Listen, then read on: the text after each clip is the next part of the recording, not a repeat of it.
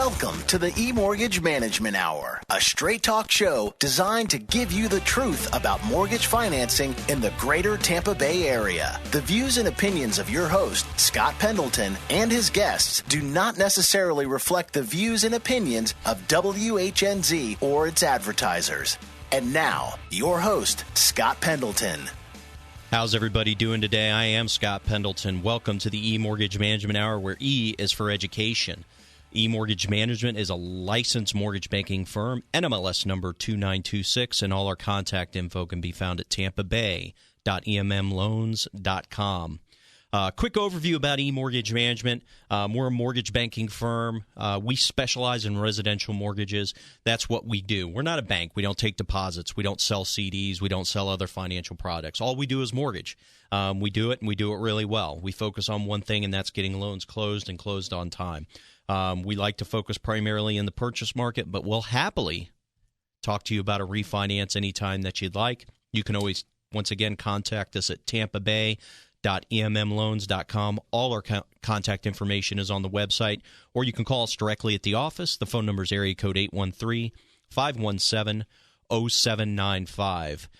Really excited. Got a couple of great guests today. In segment one, I've got Patrick Sheridan, who's a newer member of our loan origination team. Patrick's going to be coming aboard with us to discuss one of the main topics we're going to talk about today. We're going to talk about buy versus rent. We're going to give you some real-life examples of loans we closed, talk a little bit about what the difference was in payment. We'll talk a little bit about down payment and things of that nature. So, maybe some of the reasons and some technical reasons, that you may want to buy versus rent, and just to put some thoughts in your head. In the second segment, I'm also very excited to have Brian Miller. Brian's with Keller Williams South Tampa, the Miller Property Group. Brian and I have known each other for a long time. Brian's been a full-time professional realtor here in the Tampa Bay market for quite a while now. One of the true top professionals in our market. I can say with utmost confidence that he is great at what he does. So I'm excited to have him come in during the second segment. He's going to talk to us probably a little bit more about rent versus buy, and also maybe some other topics may arise from there. So with that being said, before we get into the topic full bore, I do want to introduce Patrick Sheridan. As I said, Patrick just came aboard with us in the last couple of months. So, Patrick, tell us a little bit about yourself. What made you decide? I know, kind of backing up a little bit, Patrick worked for a few big banks. And as I said in the introduction, we're a direct lender. So kind of tell me about yourself and maybe some of the reasons you decided to step away from some of the big banks and come with more of a boutique-y, direct lender type of environment. Well, thanks for having me on today, Scott. My name is Patrick Sheridan. I have 18 years of experience in the mortgage industry. Originally from Michigan, but I've been here 28 years, so I kind of consider myself a Floridian. I'll give you that. Thank you. I've earned it. And I kind of got into the mortgage industry by fluke. I was a trained firefighter paramedic. I found it difficult in the early 90s to find a job. My sister was in banking, and I took an entry level into banking. And within 6 months of being a teller in banking, I was in a mortgage department.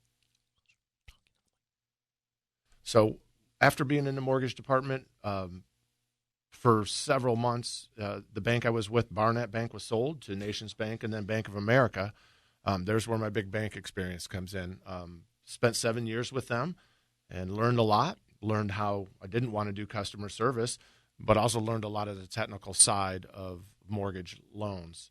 Then went on to be a loan originator, and I've been originating loans since 2003. That's great. Well, we're happy to have you on the team.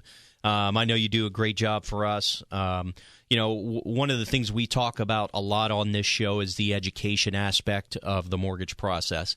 And we talked a little bit about this on one of the previous shows.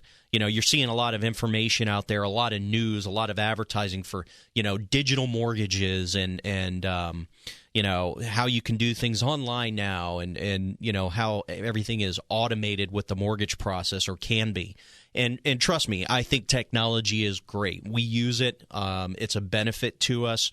It helps us speed up the loan process, the way that we can process a file with automation. It's fantastic.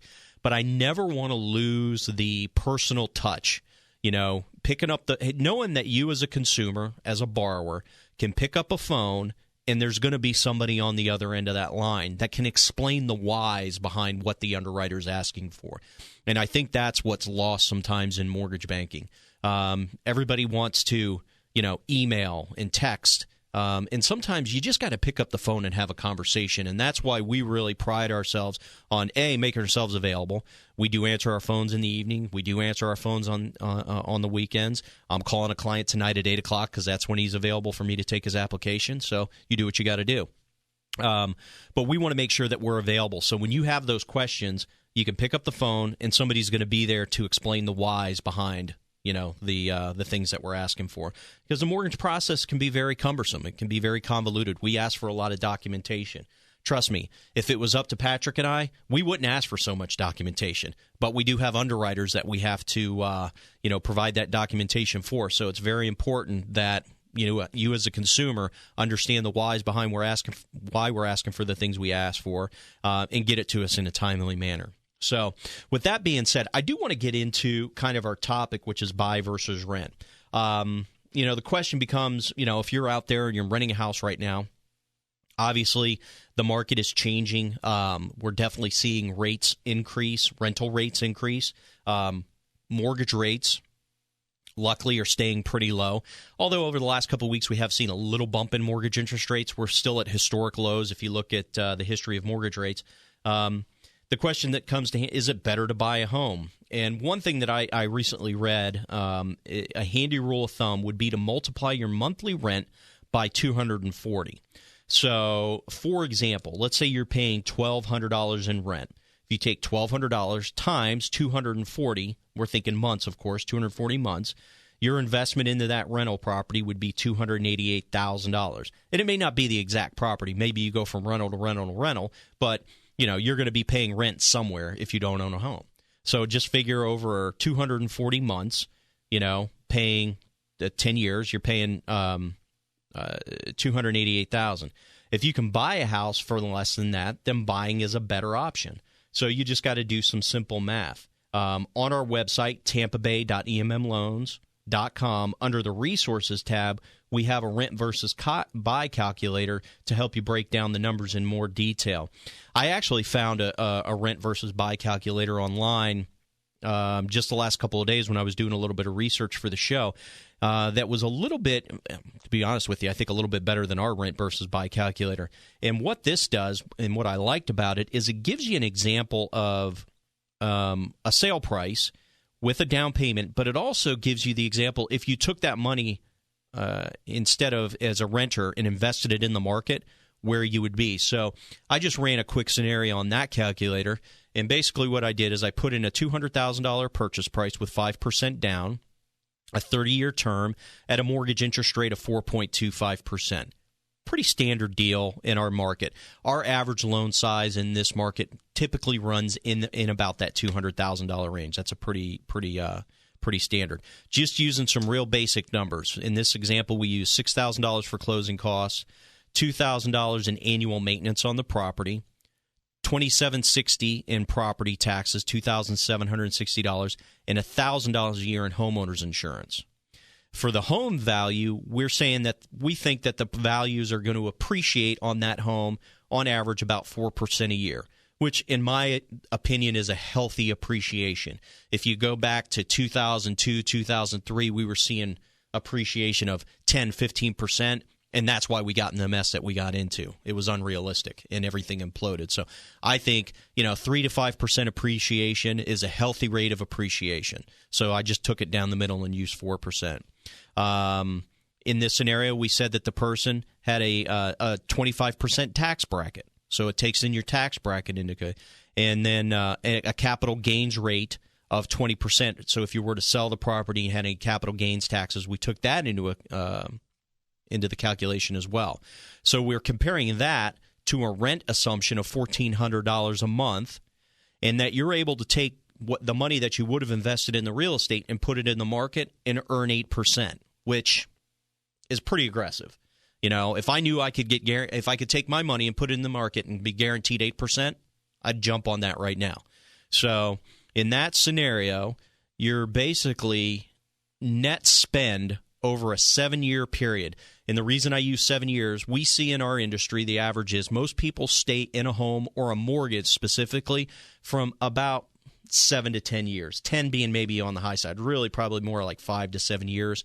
At that point in time, the people are either moving, they're moving up, moving down, or they've refinanced out of the loan for various reasons. So the average is about 7 years that a mortgage stays in play from what we're seeing. So in that net scenario, net spent on the purchase over that period of time was $66,186. Net spend on the rental was $119,380,000. So in that scenario, the buy is a much better option. You're spending, over $40,000 less over a 7-year period. That's $40,000 real money in your pocket that you can help pay for college and whatever, or invest in a new, much bigger home the next time around. So, that's just kind of one example. When we talk about things like this, Patrick, and I'll let you chime in a little bit, I know you're very, very conscious and you find it very important to really educate the borrower as well. Give me your take on the rent versus buy in the education process, because we've talked about this a little bit. Yeah, well, I'll start with find a qualified loan officer and a qualified real estate agent. That's the most important thing. A buyer wants to have education from both sides. They need education on the loan, what's available to them, and then they need education on the real estate side as to what's available for them to purchase. When it comes to rent versus buy, again, I spoke with a young lady this morning who's renting for $1,200 a month in the Soho area, and it's a one-bedroom apartment. So it's tiny. It's $1,200. It's in a great location, but it's $1,200 a month. That's about the cost of a $175,000 home with an FHA purchase at today's rates, and just throwing in some estimates for taxes and insurance. Yeah. So, I mean, obviously there's a lot that goes into it. There's a tough real estate market in that price range, but rents, as we know in Tampa, are sky high right now, residential and commercial. They're throwing up more high-end apartment buildings left and right, and sometimes these rents go in excess of $1,800 a month. Yeah, absolutely. Well, when you brought that up to me earlier when we were talking about the show, I've got a client right now that's purchasing a condo, Indian Rocks Beach. Now, it's a good deal on this condo. He's actually been living in the condo, so here's kind of the interesting thing. The guy's been living in the condo for the last year and a half. Long story behind why he was renting, but he was in a long-term contract for the last year, knowing that he'd be able to purchase towards the end of this year. So he's paying $1,760 a month in rent on this property, and it includes he's also covering some of the HOA fees on top of that. So I'm looking at it today, and I was like, let's look at that scenario. This guy's buying this property for $191,000. Now it's not on the water in Indian Rocks Beach; it's off the water a little bit, so he's getting a pretty good deal on the property. It's a condo, from what I recall, it's a 3-bedroom, 2-bath, pretty nice place. But the real deal is his new mortgage payment in that scenario is going to be $1,543. That's with a $225 a month homeowners association or condo fees. So he's dropping his payment by over $200 a month by purchasing the property. So, it's a win-win for the guy. He can't wait to close. And he's only putting 5% down. He's doing a conventional loan, 5% down, and it's a pretty clean deal. And we're going to get into some more real specifics. I've got some good scenarios that we'll get into a little bit maybe in the second segment. One of the other things in my research I was looking into, here's some other things to think about. It's your property when you purchase a home, and that's the other thing. I mean, I've rented a lot over my lifetime, and I've owned my current home for almost 11 years, and I owned a home prior to that. Before that, I was, I've been in the mortgage business for about 16 years. I worked in a whole nother industry prior to that, and before that, I was active duty Coast Guard when I was much, much, much younger, and I moved a lot. So I was a renter. The one nice thing about owning your property is you can do with it as you wish, and I think sometimes we lose that. When you're renting a property, you're restricted by that lease agreement. the type of pets you can have, what color you can paint the walls, and modeling restrictions. There's not a lot you can do with the property. You can put your furniture in there, and that's about it. Most landlords don't even want you painting the walls. So, I've always had pets. I'm the type of person that likes to have dogs. My wife likes cats. So, I've got a house full of animals. I can have as many animals as I want in my house. Nobody can restrict that. You know what I'm saying? So, the ability that in the capacity to do with the property as you wish, from a modeling, paint color, no pet restrictions is great. Not having to move as often means really, I always noticed that every time I rented a new property, it was kind of a different configuration. So I had to buy different stuff to meet that property. Like I said, I've owned my house for almost 11 years now. We bought new furniture when we moved in the house. I haven't bought any new furniture in the last 11 years. I haven't needed to. It's the exact same house. We haven't remodeled the home, so I haven't had to buy new stuff as much. It saves you money just in that standpoint. You move into a new apartment, maybe it's a little bit bigger, so now you got to go get some different furnishings. And that's one less thing, one less expense when you buy a house. You move in, you buy your stuff, you decorate it, and you're done. Mortgage interest, and I think a lot of people forget this. Mortgage interest is tax deductible. So, for example, on a $175,000 mortgage at a 4% interest rate, at a federal tax rate of 25% again, your first year tax savings in that scenario is $2,173. I went and did another online calculator and figured that out based on a 25% tax bracket. So, in that scenario, you're saving a couple of grand a year just in income tax. That's $180 a month, basically, that you're saving. That's real money. That's money that's going in your pocket at the end of the year. So it's a great tax deduction. And most of us need as many tax deductions as we can possibly get. A fixed rate mortgage doesn't go up, So if you buy a house, which most people are these days with a 30-year fixed mortgage, the nice thing is your rate's not going to change. Your payment's pretty much always going to be the same, unlike rents. Rents go up. As the market increases and the market improves, your landlord's trying to bump that rate every year. He's trying to bump that rental rate. If he can get an extra $50 out of you or an extra $100 for, and you don't want the hassle of moving again, so you're like, all right, I'll pay an extra $50 or an extra $100 a month and stay in the property just so I don't have to move, just so I don't have to box up all my stuff again and move it again. That's something that's really exciting. So you've got that scenario where you've got a 30-year fixed mortgage. Your principal and interest payment never changes for 30 years. It's always the same. It's amortized over 30 years. That's the way an amortization schedule works. Now, that doesn't mean your property taxes and your homeowner's insurance can't change, but you also have the capacity to shop the homeowner's insurance around every year. I think a lot of people forget that, homeowners. I'm not as guilty of it because I deal with this on a daily basis, but I see this when I do refinances all the time. I look at what people are paying in homeowners insurance, and I'm like, man, you're paying a lot in homeowners insurance, and a lot of times I can get them quotes for several $100s less than what they're paying on a yearly basis. So, if you are a homeowner out there, I encourage you when that homeowners insurance premium comes due every year, even though it's probably getting paid out of your escrow account, shop it around, see if you can get a better deal. There's always that opportunity out there. So, that's another big factor. That 30-year fixed interest rate never changes.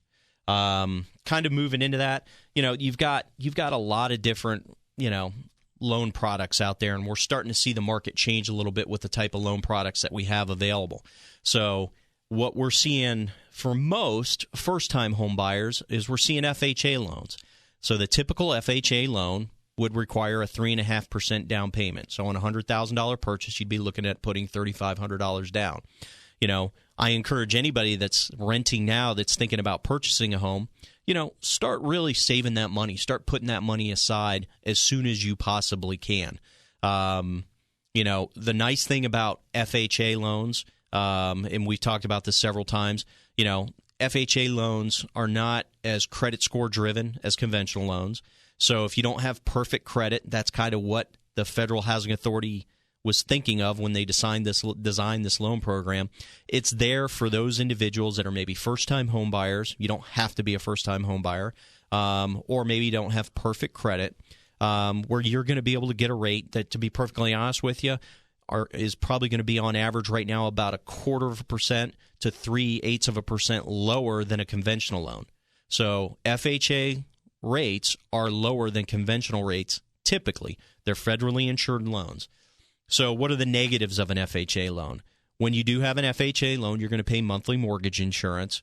Probably the only real big negative about that today is it's for the lifetime of the loan. That's something that changed a few years ago.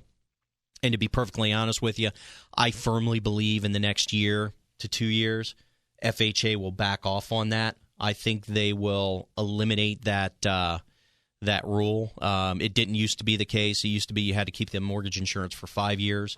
Patrick, what do you think of that? I really think they're going to back off on that. They've started to come down on that a little bit.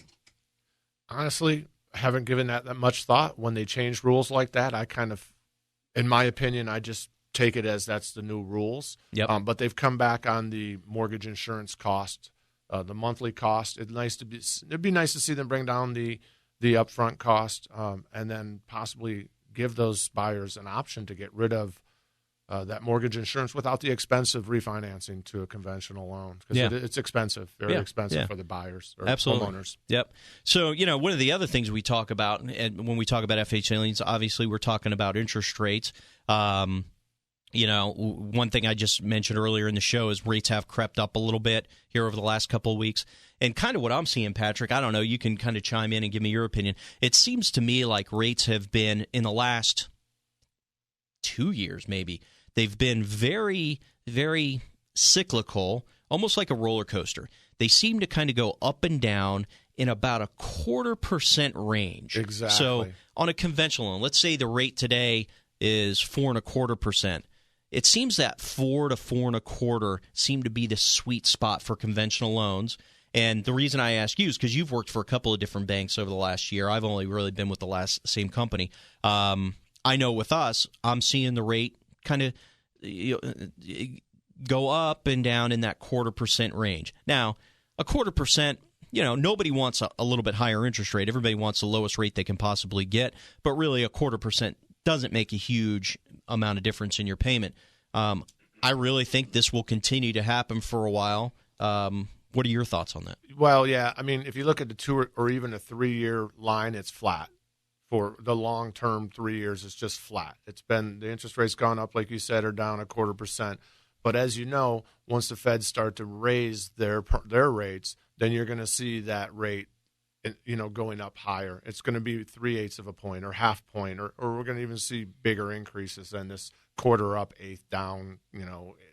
It's like I said, it's a flat line. Yeah, 0.25% of movement in our industry. At least I don't think of that as a big move in interest rates. You probably don't either. No. You get up towards a half, 0.75 of a point, that's when you should really start to notice that rates are increasing. It's not just day-to-day market fluctuations of what's going on in the market that's moving the rates. It's a true driving force that's going to last a while. Yeah, and there's so many factors that have an influence on interest rates. When we look at this, we're spoiled, really, and young people have no idea. I mean, our parents were paying double-digit interest rates. It wasn't uncommon to get 11, 12% on a 30-year fixed mortgage not that long ago. Late 70s, early 80s. Yeah, late 70s, early 80s. Rates were so much higher. When if you went to your grandmother or somebody that bought a house in 1978, and said, "Hey, I'm looking at an interest rate of 4 to 5%," they'd be like, "Holy cow, it's amazing!" It just blows their minds. My dad wouldn't buy a house in that time frame, just due to interest rates. He wasn't paying a bank. He didn't use credit cards. He didn't use credit, and he wasn't going to pay 15%. And we rented. So that you go back to rent versus buy. Maybe 1978, 1982. It might have been better to hold tight and rent for a while until rates came back to reasonable time. Yeah. And I really don't think we'll ever see rates like that again. Not in our lifetime. Never say never. So we're going to take our first break. We'll come back in just a few minutes. In that segment, we're going to talk to Brian Miller. So from there, we're going to kind of continue our discussion on buy versus rent, and I'm going to give you guys some real-life examples on deals that we've done so you can kind of see the numbers, or hear the numbers, I should say. All right? So we'll talk to you here in just a few.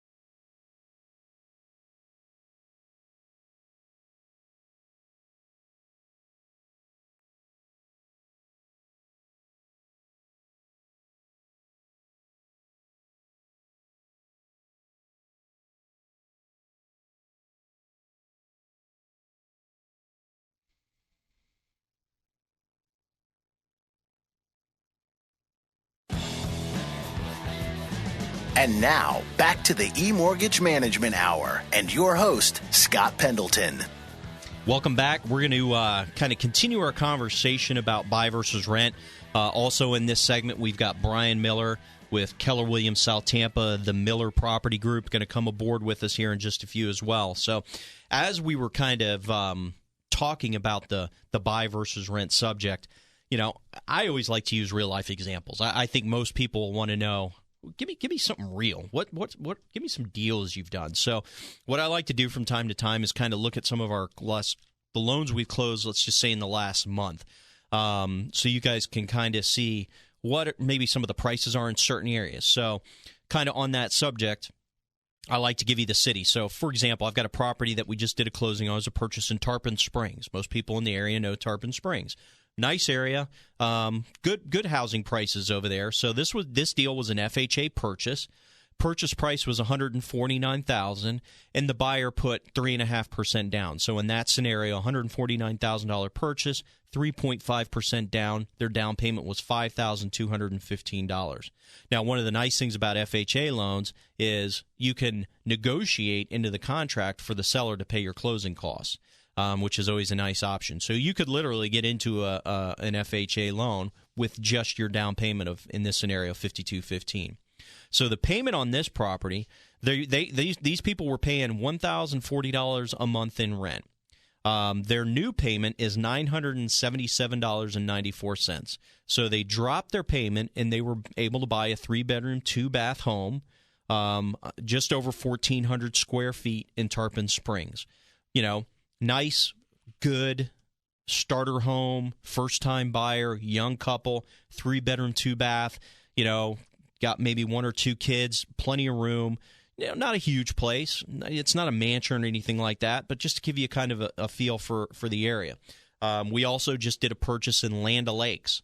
This property, also FHA financing, a little bit more expensive house. So this property was $199,900. Once again, they did the 3.5% down payment, so their down payment was $6,997. They were paying $1,200 a month in rent. The new payment was $1,377. So their payment went up a little bit in comparison to what they were paying in rent. But they got a 4-bedroom, 2-bath house with a 2-car garage that's over 2,000 square feet. That's a pretty good size home. I think the average size home, and maybe Brian can chime in on this here when we get into it just a few minutes. I don't know what the average size home is here in our market. We'll see if Brian knows here in a minute when we get to him. But they got a 4-bedroom, 2-bath home, 2-car garage, and their payment's $1,377. Not a bad deal. Just also did a closing in Riverview. Now, this person was a VA borrower. I'm a veteran of the United States Coast Guard. We love working with vets. We do a lot of VA loans here in our area. Now, here's a great thing about this. $207,000 purchase, VA loan, 0% down. A lot of times when we do VA purchases, that borrower is walking into that property with no money down. Majority of the time when we go to closing, because most of the time when you purchase a home, you put up an escrow money deposit, let's say $1,000. And I'm pretty sure this scenario worked out about this way. This borrower put up, I believe his escrow money deposit was $1,000. When he got to closing, because the seller, through a seller concession, paid the closing costs, he had 0% down, he actually got money back at closing. The title company handed him back his $1,000 escrow money deposit. Thank you very much. Congratulations on your new home. So this guy was paying $1,500 a month rent. He bought a $207,000 house. His new payment's $1,409, so he dropped his payment by about $100 a month. He's got a 3-bedroom, 2.5-bath, 2-car garage home, beautiful property in Riverview. Riverview is a very affordable area. A lot of military branded in Riverview because it's so close to McDill and it's an easy commute. 1,897 square feet. Really, really nice property. I looked at the pictures on the appraisal before I came today. So, if you are a veteran and you haven't used your VA loan, take advantage of it because it is absolutely the best product in the market. Another great thing about VA loans, there is no monthly mortgage insurance. So that's one of the things that really helps keep that payment low. Where on an FHA loan or a conventional loan, if you're not putting at least 20% down, you are paying a monthly mortgage insurance premium. Another property that we just closed, this is a conventional loan, Safety Harbor. I don't know if you're familiar with Safety Harbor. Beautiful area. It's just Safety Harbor. If you haven't been to Safety Harbor in a while, you need to go check it out. It's just cool little fun little area. There's all kinds of nice little restaurants and bars. You can walk around Safety Harbor for hours, and it's really neat. My wife and I like to go down there and just maybe have some cocktails, some oysters, something like that. So there's some cool little spots down there. So this was a $326,000 purchase. Now this particular borrower did put 10% down, so $32,600. Their payment is $2,016.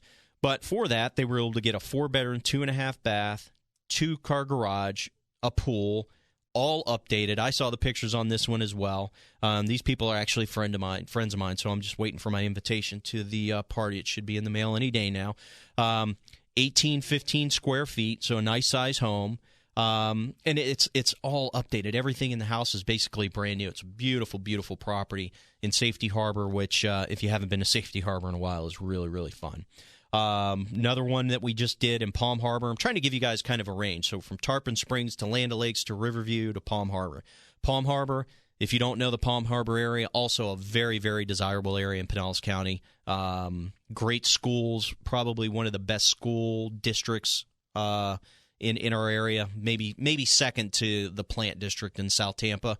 Plant High School is probably one of the top. You've got some really good high schools over in the Palm Harbor area as well. Purchase price on this property was $299,500. Once again, they put 10% down, so their down payment was $29,950. Payment came out to $1,882. This was a townhouse, by the way. Payment $1,882, but it's a 4-bedroom, 2.5-bath, 2-car garage. Does have a community pool. Square footage of 2,174, so 2,174 square feet. Once again, great property in Palm Harbor in a great school district. So, something to kind of think about. And, once again, we're here to lead you down the path of making the best decision for you as a consumer. So, you've got scenarios here where they did FHA financing. You've got scenarios here where they did conventional financing. We got a guy that did a VA loan in these couple of examples that I used today. When you contact us, if you go to our website, tampabay.emmloans.com, or you call us at our office, 813-517-0795, we're available and eager to answer your questions. We're here to educate you as a consumer. I can't tell you if an FHA loan or a conventional loan is the best option for you until I have a conversation with you and I look over your credit and I look at your overall job history and income and how much debt you have to the amount of income you have. Once I put all those factors together, then you and I, or Patrick, or Raul, or any of our loan officers can have a conversation and make a determination of what's the best option for you financially as a consumer. Because it's not my choice. I'm not going to tell you what loan you have to pick. You're going to make that determination. I'm here to educate you. I'm here to give you the whys, the pluses, the negatives, and so you clearly understand when you make a decision, why that was the loan product for you. Now, with that being said, the caveat to that is sometimes you only qualify for one type of loan. There may be a situation where you don't qualify for a conventional loan, but you do qualify for an FHA loan. For example, FHA loans are much more liberal when it comes to overall debt-to-income ratios. So, if your amount of debt to your income is a little high and maybe you don't qualify for a conventional loan, there's a good chance that you would qualify for an FHA loan. Maybe you don't have 5% to put down. You only have 3.5% to put down. Now, with that being said, there is a conventional loan product out there that only requires 3% down. So there's always that option as well. You've got the VA loan. Not everybody qualifies for a VA loan. You have to be a veteran. There's specific rules to qualifying for a VA loan. You have to get a certificate of eligibility. If you qualify, you qualify. That's really probably the best 100% program, 100% financing program out there. Now, with that being said, USDA does have a zero-down 100% financing program as well, but it's only for rural properties. The issue that we run into here in the Tampa Bay market is we don't have a lot of rural properties around here. We're pretty suburban. South Tampa, Pinellas County, unless you get up into like Hudson, way east Tampa, some of Riverview. Parts of Brandon used to be considered rural, but they changed the maps. They eliminated a lot of Brandon. There are some caveats to that, some cases where you'll find the rural properties. Now, if you're in the outlying areas, of Tampa Bay, please don't hesitate to give us a call. We do a lot of USDA loans. I'm doing one for a customer right now. It's a great loan product. And the rates are very comparable to FHA and VA, which are, like I said, typically lower than conventional loans. So, the moral of the story is there's products out there available for you. And then we're starting to see the market change a little bit as the market is improving. And we're seeing some what I'll call non-prime loans coming back into the market. So if you've had a short sale recently or a foreclosure recently or a bankruptcy recently and you've got down payment money, we do have some loan programs out there. I've got an investor right now that'll do 1 day out of bankruptcy, 1 day out of a short sale, 1 day out of a foreclosure. It does require a larger down payment. Typically, these programs require at least 20% down. I'm not going to lie to you or try to give you, lead you down the wrong path. The rates are a little bit higher. There's more risk in these loans. Understand, everything is risk-based in the lending industry. It's how much risk the investor perceives is how they're going to come up with their interest rates. So the same thing with conventional loans. We start talking about conventional loans. The higher your credit score, the better interest rate I can get you. If you've got a 780 credit score, you're going to get the best rate out there that's available, assuming you qualify. If you've got a 680 credit score, because of risk factors and what are called loan level pricing adjustments on conventional loans, it's going to impact your interest rate a little bit. So on a conventional loan, a guy with a 680 credit score is not going to get the same interest rate as a guy with a 780 credit score. But once again, we're here to educate you, the consumer. We're available to answer those questions and, once again, explain the whys. and give you the details of why you, with a 680 score, maybe aren't getting the same rate that you're seeing on Yahoo.com, because the rates that you're seeing online are always based on 20% down, 740 or better credit score. They're trying to lead you down the path of calling them. So with that being said, I don't want to take up too much time. I want to jump in and introduce Brian Miller, Keller Williams South Tampa, the Miller Property Group. As I said before, and if you've ever listened to this show, you've heard me say it a lot. When we do what I'll call a realtor spotlight, I only bring in full-time professional realtors that do this as a career. If you're out there and you're working with somebody, you want to purchase a home, sell a home, I encourage you to vet that person and make sure they're a full-time pro. I'm not saying that your sister-in-law that's a school teacher during the day and also sells real estate on the weekend is a bad person. I'm just saying, if you're going to sell a piece of real estate, it's probably the most expensive thing you're ever going to invest your money in. I would encourage you to go hire a full-time professional, because I know for a fact Brian does a lot of training. He goes to seminars. He's constantly educating himself to improve and get better at what he does. So with that being said, Brian, welcome to the show. Tell us a little bit about yourself. Hey, thanks, Scott. I appreciate you having me on today. I have been down in the Tampa area since 2002. I moved here from Minnesota. Anybody that's been in Minnesota in the winter can tell you, they'll know why I'm here now. That's right. But, you're a Vikings fan. I almost forgot about that. You guys are actually having a good season, though. For once.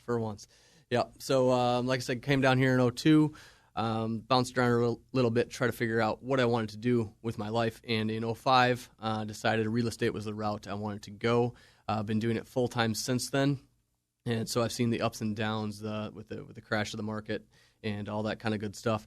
So been doing real estate ever since, and really enjoy it, and really enjoy getting to work with people and help them with such a large investment. That's awesome. Well, when we were talking just a little bit ago, and I was giving some of those examples, I was kind of saying maybe you could help us with some market statistics. Sure. Maybe some what is, I don't even know what the average size home is in this area. I don't sell real estate. I finance real estate. So Correct. I'm not out there looking at properties. That's what you do. So give me some statistics. What's going on in the Tampa Bay market? Well, to touch on, your average size home, that's going to it's going to vary a little bit on, the area of town you're in. If you're in South Tampa, $250,000 isn't going to go as far as it's going to go, like you said, in Riverview, where it's going to get you that nice big house. Right. So a lot of that has to vary on where you're looking. But as far as market statistics, I've got some stuff from the Greater Tampa Association of Realtors, and what I have here is kind of what's happened over the last year as far as inventories. Right. Our inventories have gone from September of last year, we had about a 4.5-month supply, to September of this year, we have a 3.4-month supply. And for those of you that are not familiar with how real estate inventory works, what that means is if nothing hit the market in the next 3.4 months, everything would be sold. We would have nothing left. And the experts, quote-unquote experts, say that a 6-month inventory is a balanced market. It's not a buyer's market. It's not a seller's market.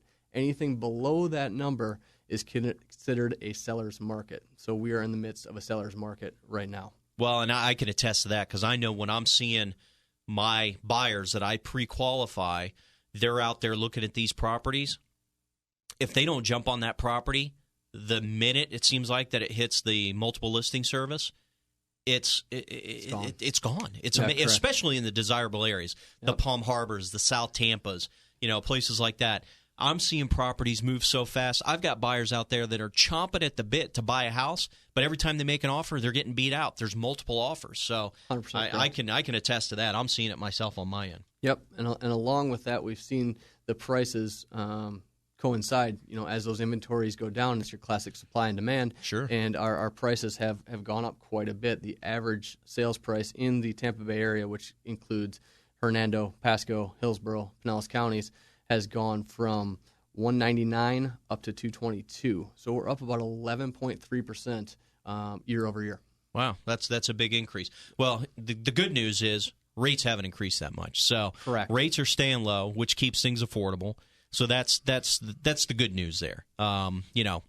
And, we saw a tremendous downturn in the market several years ago. I think it's healthy that we're seeing the things that are going on today.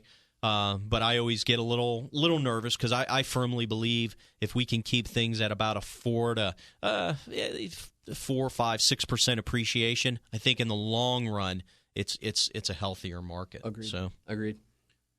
You got any other hot tips for us? Any other hot statistics? Just based on, you had talked about how things are moving so quickly.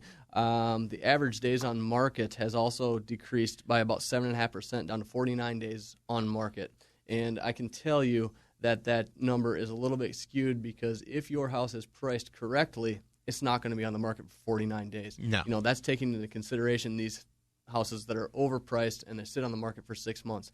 But if you're pricing your house right, what I'm seeing is within 30 days you can have your house sold at a pretty good price. Right. Or what about the guy that's got his house on the market? I see this sometimes.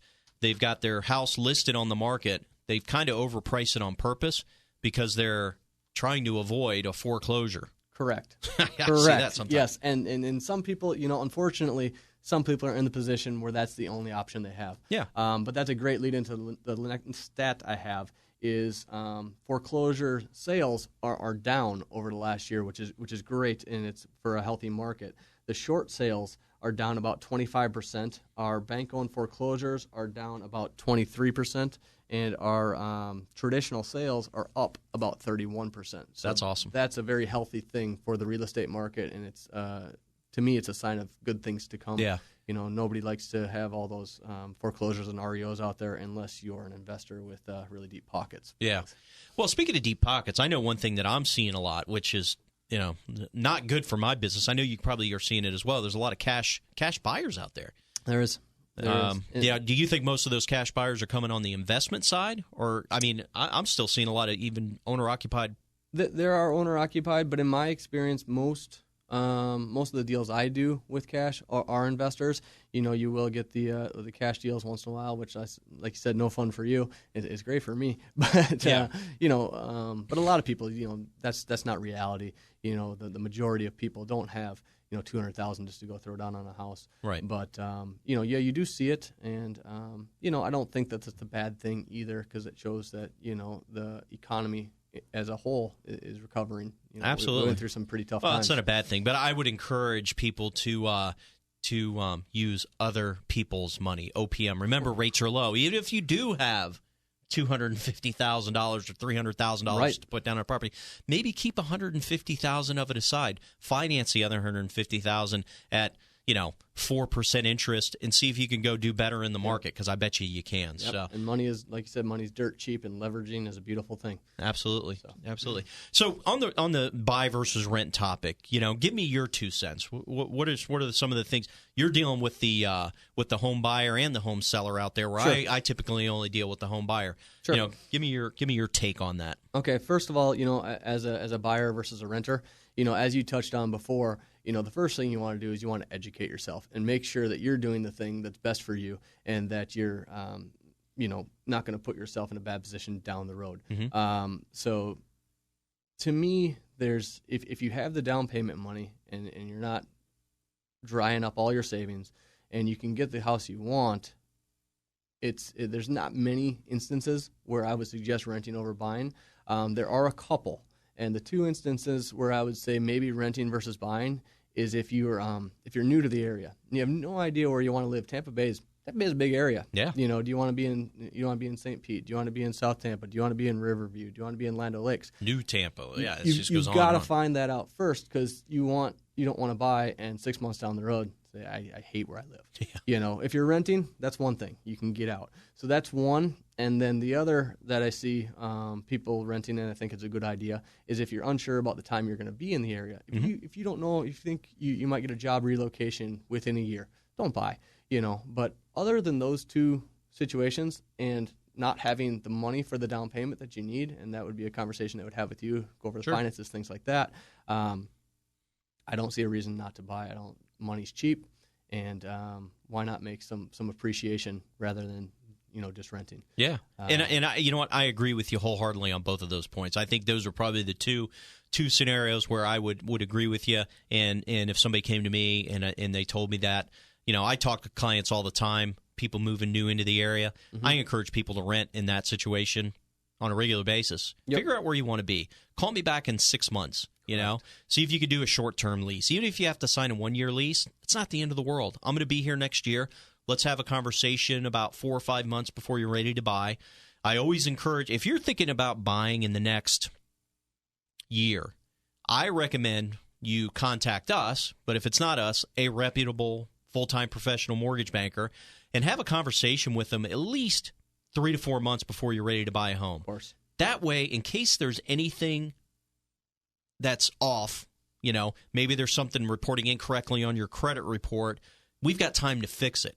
If you come to me and you've got a contract in hand and you got to close in 30 days and I find an error on your credit report, it becomes a little bit more complicated. We can deal with it, but it's much easier if we have a little bit of time to deal with those type of issues. So, yes. We encourage people to get to us sooner than later. You talked a little bit about investment properties, and I know Sure. It's always, people are always thinking about, should I invest in real estate? Is that a good investment in your estimation today? As a whole, yes, I think it is. But again, you got to look at your individual circumstances. But just for an example, what you're able to do with real estate investing is you're able to leverage. So say you have $20,000 and you put it in the stock market, and say you get 10%. That's $2,000, pretty good, right? You take that same $20,000, you put it towards a $100,000 house, you make 10% on that, you're making $10K. You're making 5 times as much money. And say you only make half that interest, you're still making $5,000. So there is, like I said, you've got to make sure it's the right situation and things like that. But there's you can use other people's money. Yeah, and that's the key, using other people's money. That's what we're here. We are other people's money. Correct. Come use our money. So. Correct. You know what, Brian? The time goes by so fast whenever we do these interviews. I really appreciate you coming out today. Thank you for having me. Like I said before, I've known Brian for a long time. I know he's one of the true pros. Patrick, thank you for coming on today. My pleasure. Thanks for having me. We're super excited to have you part of the team. So with that being said, we're already running out of time today. Make sure you tune in on a weekly basis. Get your education. We're here to help you. Contact us, 813-517-0795. Thanks very much. You've been listening to the eMortgage Management Hour every Sunday at 11 a.m. on 1250 WHNZ. If you'd like to contact Scott Pendleton, you can call him at his office weekdays at 813-517-0795. That's 813-517-0795. Or for more information about eMortgage Management, click on tampabay.emmloans.com. Thank you for listening.